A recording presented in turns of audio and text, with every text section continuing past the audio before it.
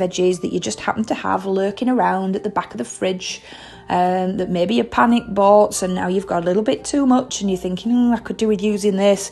So rather than actually having to bin it, we can make a really healthy green soup. So first of all, fill and boil the kettle and pull out a big saucepan, spray it with some fry light and get that on the heat. So the first thing you'll need to do is start to chop up your garlic and your onions. You can roughly chop them because they'll all be blended at the end. And once you've chopped them, get those into the big pan and add in some herbs, maybe say a teaspoonful of herbs. And then once your water's boiled, put 450 millilitres of water into a jug and add in your either vegetable stock or chicken stock or whatever kind of stock that you have. Then the next phase is to start to chop up all your leftover veggies. So again, you can roughly chop everything. It doesn't have to be a fine art.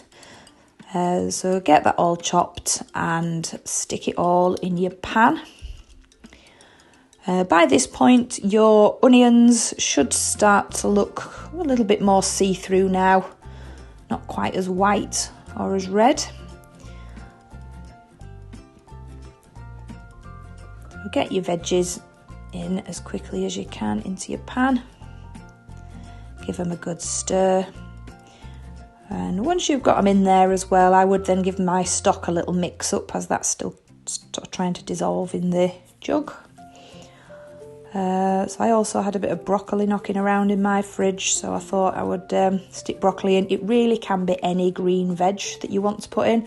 They're leftover peas from yesterday's evening meal. So just throw it all in there. And then your stock should be ready, so you can get your stock on there.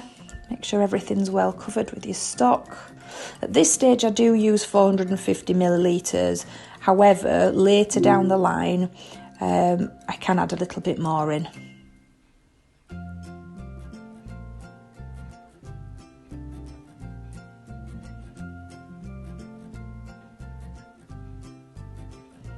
So I'm just making sure it's all really well covered.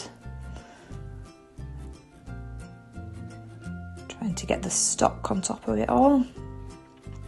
And then at this stage I would add in a little bit of curly kale if you've got some.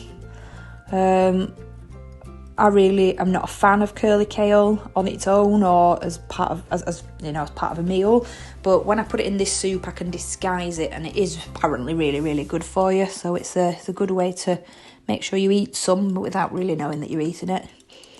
So again, just make sure that's all covered up, and then you pop the lid on your pan and you just leave it on a low heat to simmer. And basically it'll all kind of start to soften and loosen all up. I guess you probably need to leave it for about 15 minutes, but just checking on it a couple of times and giving it all a mix around. So you don't want any to stick to the bottom of the pan. And then the next phase is after about 15 minutes, I would then add in a little bit of chilli, because I don't like mine really spicy, but I like it to just have a slight kick. So I would put some chilli in, and then a bit later on I'll add a bit of pepper as well. So I just put a really small amount in. Then you will need either a blender or a hand mixer, food processor, that kind of thing. And I always keep a little bit back because I quite like my soup to have a few lumps in it. I feel a bit cheated if it's all smooth because I feel like I've eaten a drink, whereas I like to chew something. So I like a few lumps in mine, so I keep that back to one side. So I'm going to get my food processor on. I'm going to whack it up to 2 and just leave that for a little while. And then I'll turn my attentions to my other veg that I kept back. And then with the veg I've kept back, you can either, it depends, I mean, if you don't like lumps in it, I would just stick it all in the food processor. But if you like a few lumps in, I'd just by hand crush those down, just to separate them a little bit so they're not massive pieces. But there's just a little bit of something. It's like a little surprise when you get a little lump on your spoon. And at this point the blender's still going, so I'll just give that a stop and have a look. Now you can see at this stage it's still quite thick, and that's a little bit thick for me. So at this point here you could add a little bit more stock like I mentioned earlier maybe, or you could just add some water, some hot water from the kettle, maybe another 100, 200 ml, just to thin it down a little bit if you don't want it overly thick. If you had another 100 to 200 ml, you'd probably get about 4 portions out of this.